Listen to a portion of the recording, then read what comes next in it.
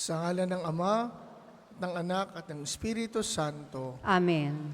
Ang pagpapala ng ating Panginoong Hesukristo, ang pag-ibig ng Diyos Ama, at ang pakikipagkaisa ng Espiritu Santo naway sumainyong lahat. At sumainyo rin. Matapos ang pagdiriwang natin ng panahon ng Kapaskuhan nung araw ng Linggo, sa pagdiriwang ng pagbibinyag sa Panginoon, nagsisimula tayo sa tinatawag na pangkaraniwang panahon. At yun ang magiging laman ng ating pagninilay sa misang ito. Pangkaraniwan. Tayo'y nasa ordinary time in our liturgical calendar. At sa ating sama-samang pagdulog sa hapag na ito, ihanda natin ang ating mga sarili. Magsisi tayo sa ating mga kasalanan.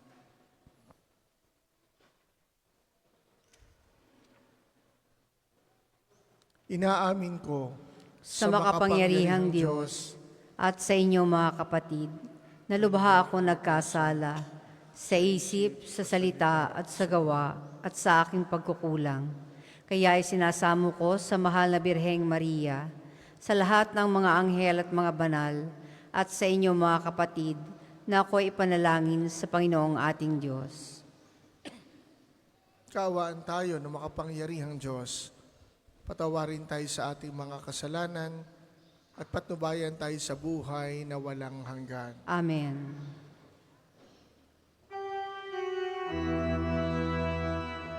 Panginoon, kaawaan mo kami.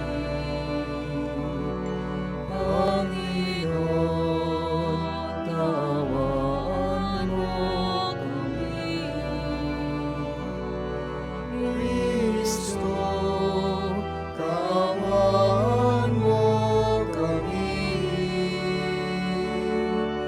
Kristo, kaawaan mo kami.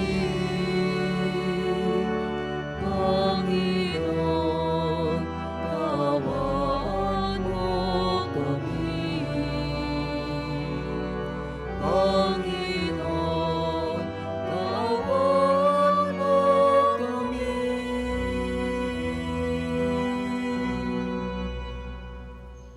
Manalangin tayo.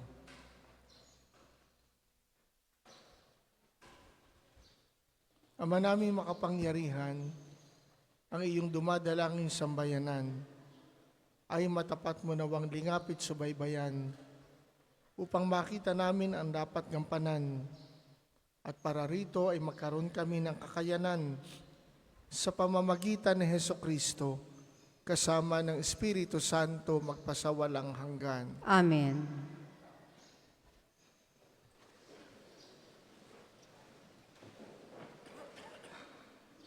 Pagbasa mula sa sulat sa mga Hebreo.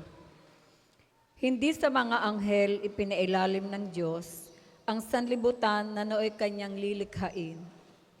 Ang sanlibutang tinutukoy namin, sa halip ay ganito, ang patunay sa isang bahagi ng kasulatan. Ano ang tao upang sa iyong alalahanin? O ang anak ng tao upang siya'y pangalagaan? Sandaling panahon siya'y pinababa mo kaysa mga anghel, ngunit pinagkalooban mo siya ng kadakilaan at karangalang marapat sa isang hari, at ipinailalim mo sa kanyang kapangyarihan ang lahat ng bagay. Nang ipailalim ng Diyos ang lahat ng bagay sa kapangyarihan ng tao, walang bagay na di ipinailalim sa Kanya. Sa kasalukuyan, hindi pa natin nakikitang napailalim sa Kanyang kapangyarihan ang lahat ng bagay. Subalit alam nating si Jesus, bagamat sandaling panahong pinababa kaysa mga anghel, ay binigyan ng karangalan at kadakilaan dahil sa Kanyang pagkamatay. Dahil sa pag-ibig ng Diyos, niloob niya si Jesus ay mamatay para sa ating lahat. Sa pamamagitan ng pagtitiis, siya'y pinapaging ganap ng Diyos na lumikha at nangangalaga sa lahat ng bagay upang makapagdala ng marami sa kaluwalhatian. Marapat lamang na gawin niya iyon, sapagkat si Jesus ang pinagmula ng kanilang kaligtasan. Si Jesus ang nagpapabanal sa kalisa at iisa ang Ama na nagpapabanal at nang pinapaging banal. Kaya't hindi niya ikinahiyang tawagin silang mga kapatid. Ganito ang kanyang sinabi, "Ipahahayag ko sa aking mga kapatid ang iyong pangalan at aawit ako ng papuri sa iyo sa gitna ng kapulungan." Ang salita ng Diyos. Salamat sa Diyos. Ang tugon po sa Salmo, pinamahala sa anak ang ginawa niyang lahat. Pinamahala sa anak ang ginawa niyang lahat. Ikaw, O Poon, Panginoon namin, laganap sa lupa ang iyong luningning. Ano nga ang tao upang iyong alalahanin, ay ano nga siya na sukat mong kalingain. Pinamahala sa anak ang ginawa niyang lahat. Nilikha mo siya na halos kapantay ng iyong luningning at kadakilaan. Pinamahala mo sa buong daigdig, sa lahat ng bagay, malakit maliit. Pinamahala sa anak ang ginawa niyang lahat. Mga baka at tupa, hayop na mabangis, at lahat ng iyong nasa himpapawid, at maging sa isda, sa lalim ng tubig. Pinamahala sa anak ang ginawa niyang lahat. Magsitayo pong lahat.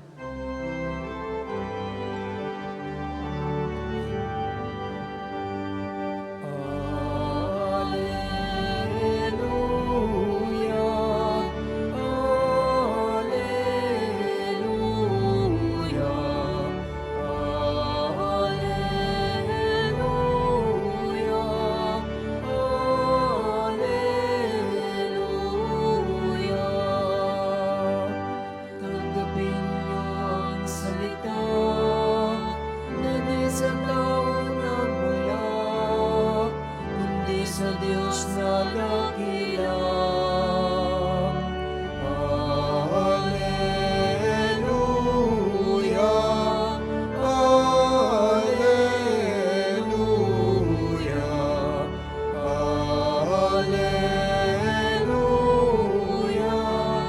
Alleluia.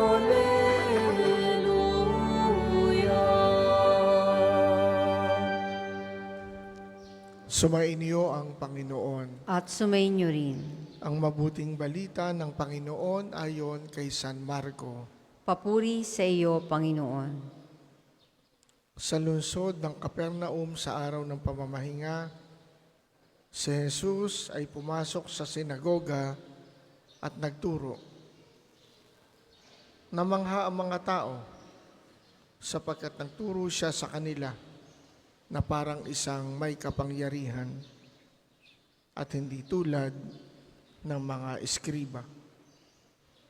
Bigla naman pumasok sa sinagoga ang isang lalaking inaalihan na masamang espiritu at sumigaw, "Ano ang pakialam mo sa amin, Jesus na taga Nazaret?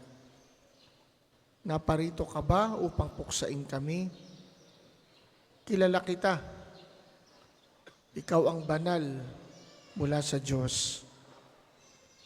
Ngunit iniutos ni Jesus sa masamang espiritu, "Tumahimik ka, lumabas ka sa kanya." Pinapangisay na masamang espiritu ang tao at sumisigaw na lumabas. Nang gilalas ang lahat, kaya't sila'y nagtanungan, "Ano ito? Bagong aral?" Nauutusan niya pati ang masamang espiritu. At sinunod naman siya. At mabilis na kumalat sa buong Galilea ang balita tungkol kay Jesus. Ang mabuting balita ng Panginoon. Pinupuri ka namin, Panginoong Hesukristo.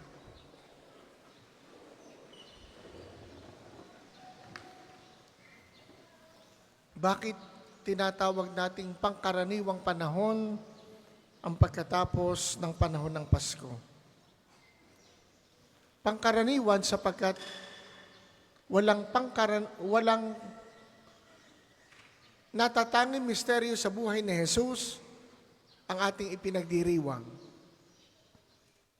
Kundi inaanyayahan tayo ng liturhiya na ito ng ating pansin, ang ating pagninilay, ang ating pagdiriwang sa karaniwang takbo ng buhay ni Jesus.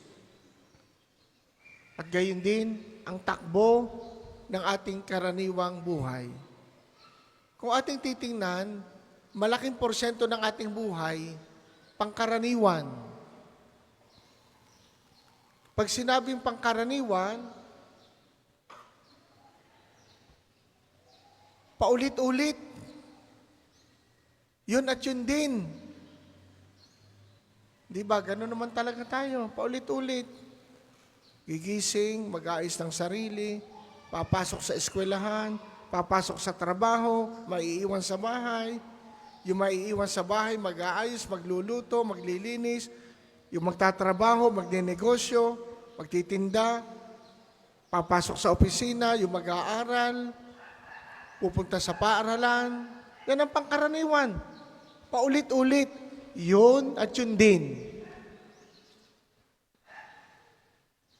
Yung okasyon sa bahay, yan ay manaka-naka. Hindi araw-araw may celebration. Hindi araw-araw may birthday. Hindi araw-araw may anniversary. Hindi araw-araw Pasko. Hindi araw-araw bagong taon. Malaking porsyento ng buhay natin, ordinary, pangkaraniwan.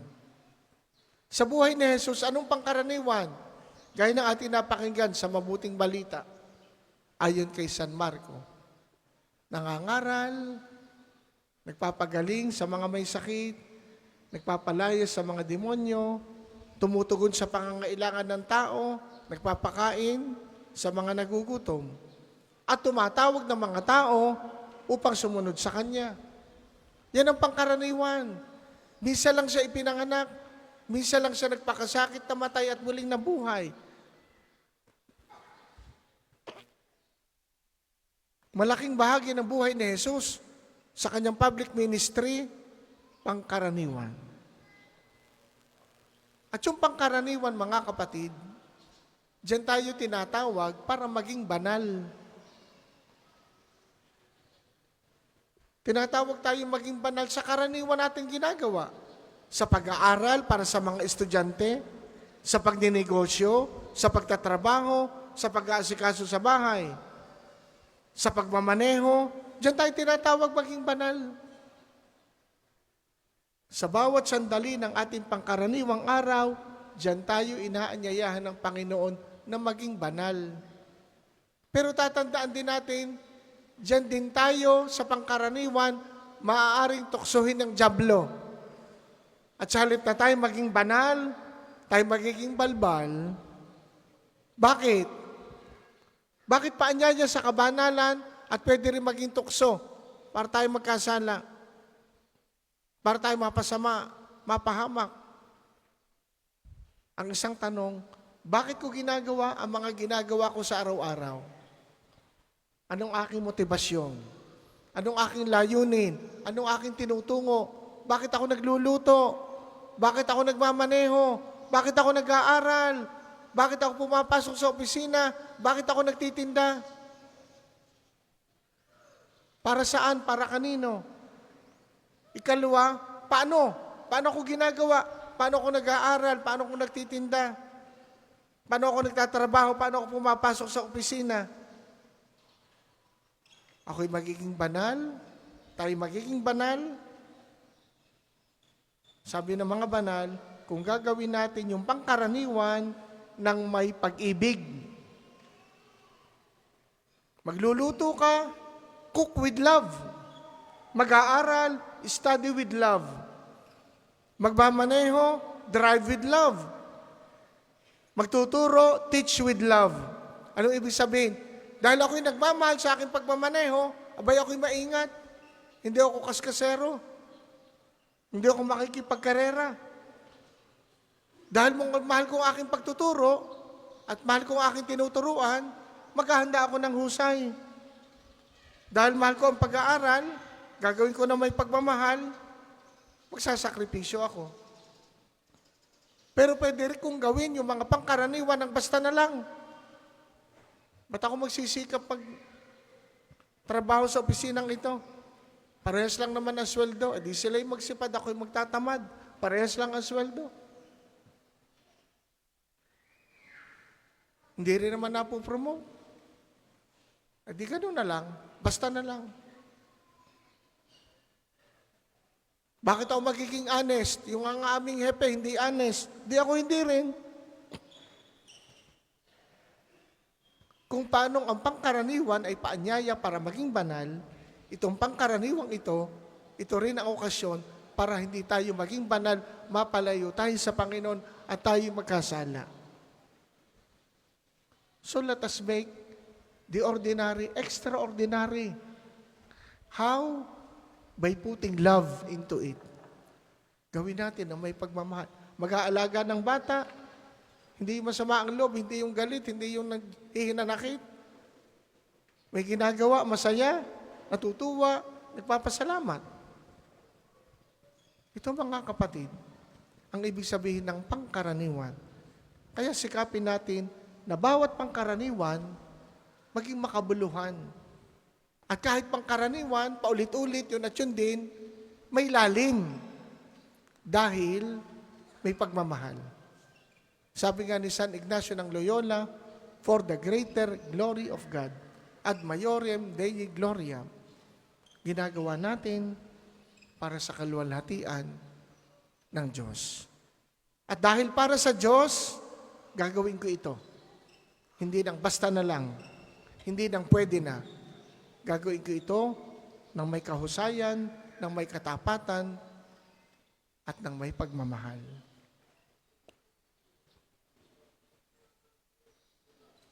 Para po sa mga maghahandog ng sobre, pakihulog na lamang po sa buslo.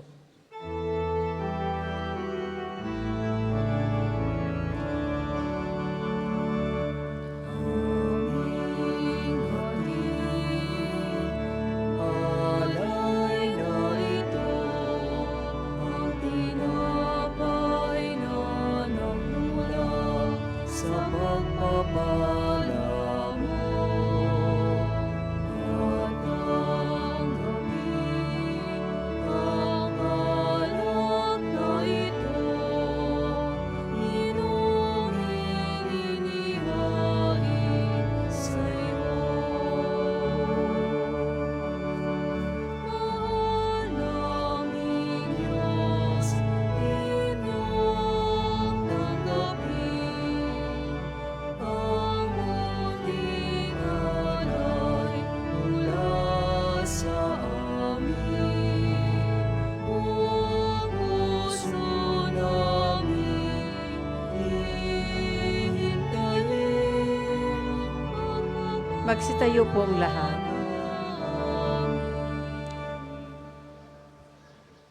Manalangin kayo mga kapatid upang ang paghahain natin ay kalugdan ng Diyos Amang makapangyarihan. Tanggapin nawa ng Panginoon itong paghahain sa iyong mga kamay, sa kapurihan niya at karangalan, sa ating kapakinabangan at sa buong sambayanan niyang banal. Ama naming lumikha, ang paghahain ito ng iyong sambayanan ay iyong marapatin ngayong paunlakan.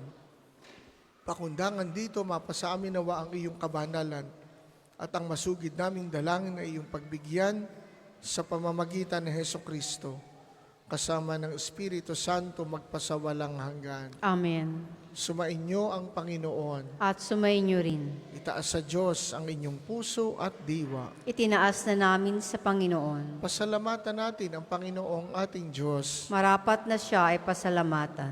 Ama namin makapangyarihan, tunay ngang marapat na ikaw ay aming pasalamatan. Sa iyong paglingap at kagandahang loob, ang tayo nilikha mo at pinapangasiwa sa sansinukob. Sa hangad mong siya'y iwastong lubos, siya'y pinagdusa mo sa kanyang pagtalikod, sa iyong pagiliw, iyong ipinahintulot, na makabalik siya sa pamamagitan ni Kristo Jesus. Kaya kaisa ng mga anghel na nagsisiawit ng papuri sa iyo, nang walang humpay sa kalangitan, kami nagbubunyi sa iyong kadakilaan.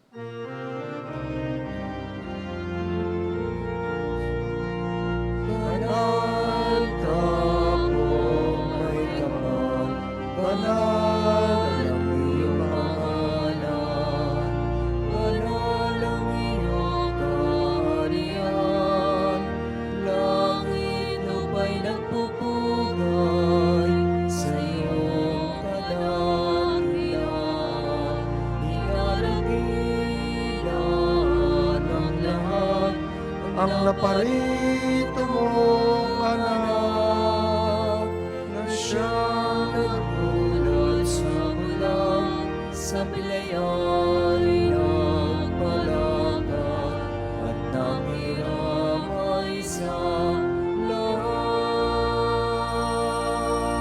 Kung hindi po kayang lumuhod, ay manatili pong nakatayo ng may paggalang.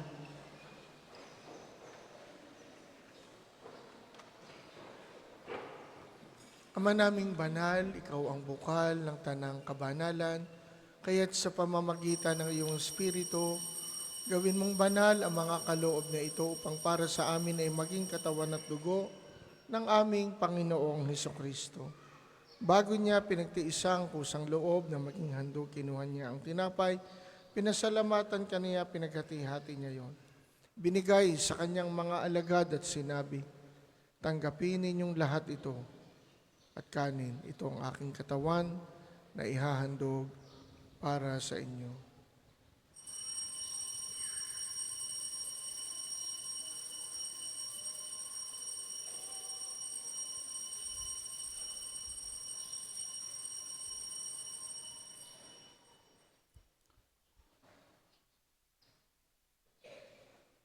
Gayon din naman nung matapos ang hapunan, kinuha niya ang kalis, muli kanyang pinasalamatan, binigay niya ang kalis sa kanyang mga alagad at sinabi, tanggapin ninyong lahat ito at inumin.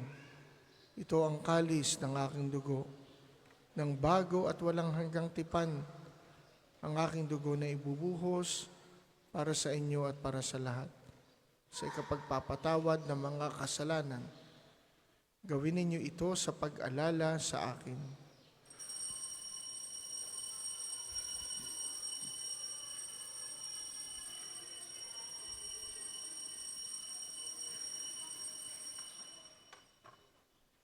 Manatili po tayong nakaluhod.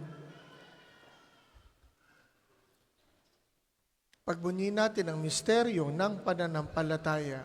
Si Kristo'y namatay, si Kristo'y nabuhay, si Kristo'y babalik sa wakas ng panahon. Ama, ginagawa namin ngayon ang pag-alala sa pagkamatay at muling pagkabuhay ng iyong anak. Kaya't iniaalay namin sa iyo ang tinapay na nagbibigay buhay at ang kalis na nagkakaloob ng kaligtasan. Kami nagpapasalamat dahil kami iyong minarapat na tumayo sa harap mo para maglingkod sa iyo. Isinasamo namin kaming magsasalo-salo sa katawan at dugo ni Kristo ay mabuklod sa pagkakaisa sa pamamagitan ng Espiritu Santo. Ama, lingapin mo ang iyong simbahang laganap sa buong daigdig. Puspusin mo kami sa pag-ibig kay Isa ni Francisco na aming Papa, ni Gilbert na aming Obispo at ng Tanang Kaparian. Alalahanin mo rin ang mga kapatid naming nahimlay na may pag-asang sila'y muling mabubuhay. Gayon din ang lahat ng mga pumanaw. Kawaan mo sila at patuloyin sa iyong kaliwanagan. Kawaan mo at pagindapatin kaming lahat na makasalo sa iyong buhay na walang wakas. Kaysa ng mahal na Birheng Maria na ina ng Diyos, ni San Jose na kanyang esposo, kaysa ng mga apostol at ng lahat ng mga banal na namuhay dito sa daigdig ng kalugod-lugod sa iyo. Maipagdiwang nawa namin ang pagpupuri sa ikararangal mo sa pamamagitan ng iyong anak na aming Panginoong Hesukristo. Sa pamamagitan ni Kristo, kasama niya at sa Kanya, ang lahat ng parangal at papuri ay sa iyo. Diyos amang makapangyarihan, kasama ng Espiritu Santo, magpasawalang hanggan.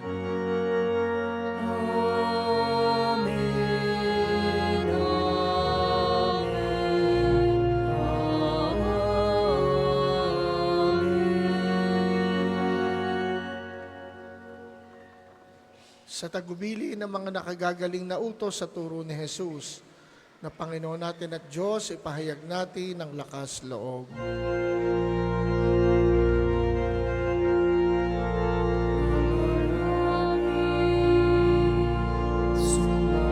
Sumasalangit ka, Sambahin ang ngalan mo. mapasamin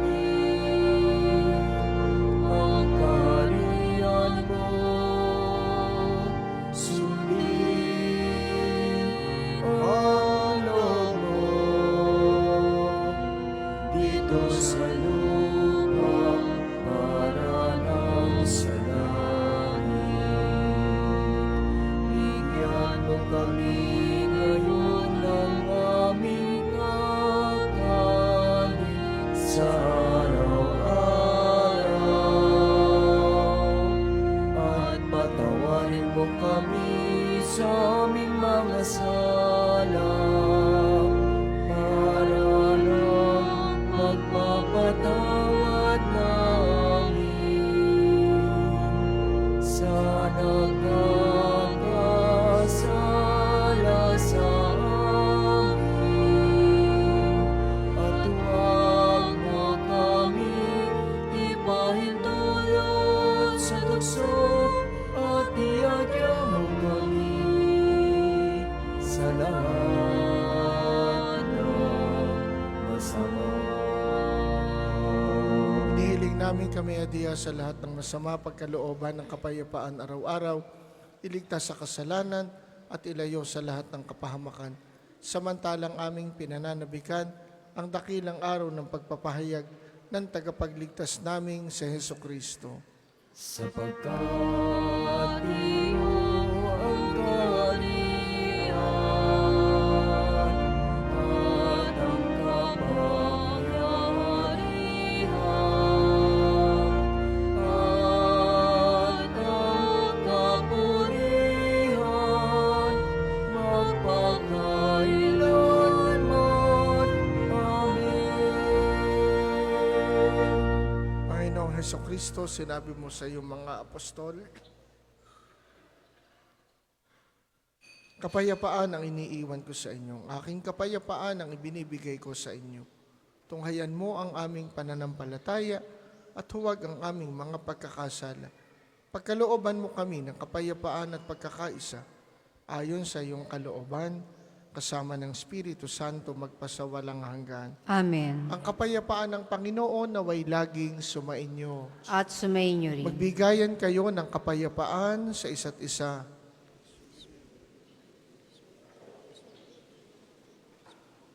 Kordero ng Diyos na nag-aalis sa mga kasalanan ng sanlibutan, maawa ka sa amin. Kordero ng Diyos na nag-aalis sa mga kasalanan ng sanlibutan, maawa ka sa amin. Kordero ng Diyos na nag-aalis sa mga kasalanan ng sanlibutan, ipagkaloob mo sa amin ang kapayapaan. Kung hindi po kayang lumuhod, ay manatili pong nakatayo ng may paggalang.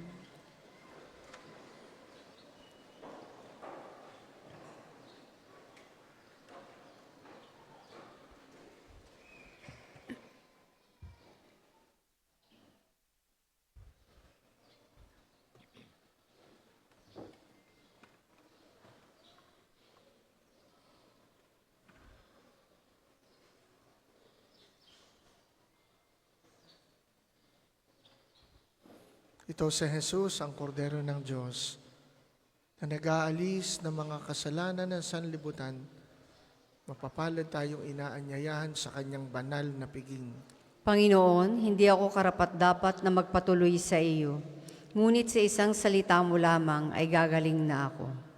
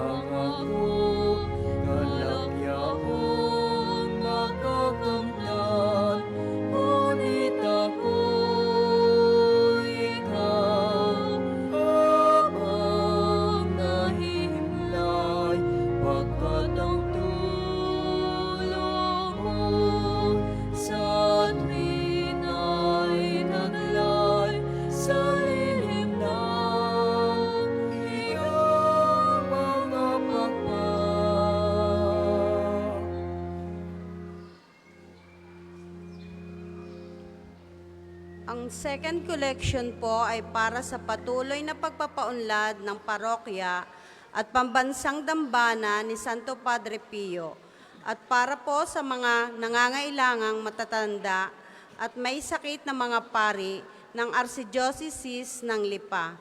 Salamat po sa inyong handog.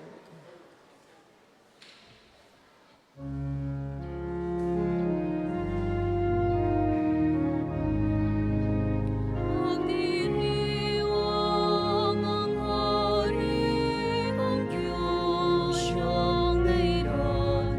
Kung sa iyo ay nangako, kalakyahang makakamtan. Ngunit ako'y ikaw, habang nahihimlay, pagkat ang tulong mo sa tuwin ay taglay sa lilim ng iyong mga pagpag. Umawit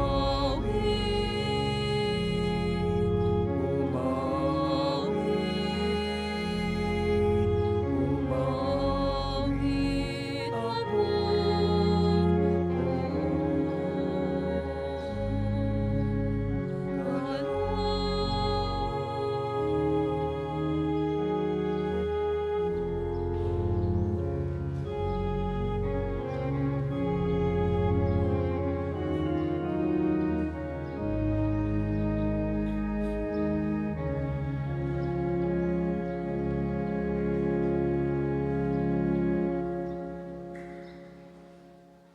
Tayo po ay magsitayo.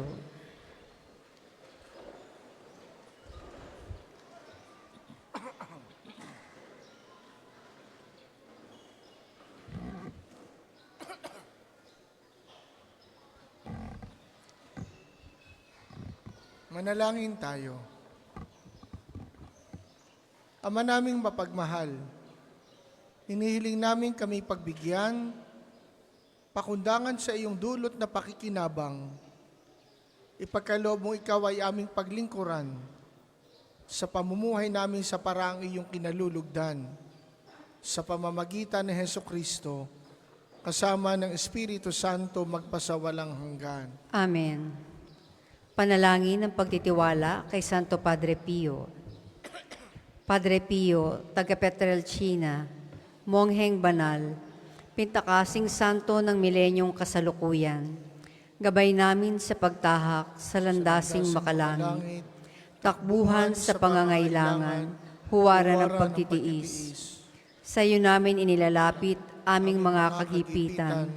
Sa iyo po ibinibilin kalusugan at kabuhayan.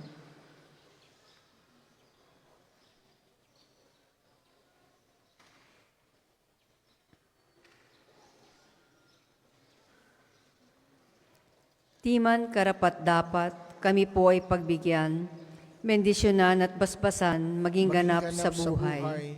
Lumayo nawa kami, umiwas sa kasalanan, lumapit lagi sa Diyos, maging matatag at matibay. Sa mabuting balita ng pagliligtas, turuan mo kami nawa, sa tuwin ay makinig, magnilay at sumampalataya. Amin pong pakiusap itong mga kahilingan. Puso ay nagsisisi, nagtitikang taimtiman. Di na muling magkasala, sunod lagi sa Diyos Amang, kaysa ng Espiritu at ni Jesus na tagapamagitan. Amen. Magsiupo po ang lahat. Mga patalastas, una sa inyong pagdalaw sa pambansang dambana, mangyaring pakaingatan ang inyong mga personal na gamit. Hangad namin ang isang matiwasay at maayos na pagbisita sa National Shrine. Ikalawa, sa darating na January 23, isasagawa sa pambansang dambana ang isa sa mga misa ng 129th CBCP Plenary Assembly na dadaluhan ng lahat ng mga obispo sa Pilipinas. Sa araw na ito ng pagpapagaling ng Panginoon sa pamamagitan ni Padre Pio, ang mga misa ay matutunghayan ninyo sa ating screen. Mangyaring magabayan po tayo. Ang susunod pong misa ay sa ganap na 12 ng tanghali. Maraming salamat po at mangyaring panatilihin natin ang kalinisan, katahimikan at diwa ng pananalangin sa loob at labas ng ating simbahan. Magsitayo na po ang lahat para sa pagbabasbas ng religious articles.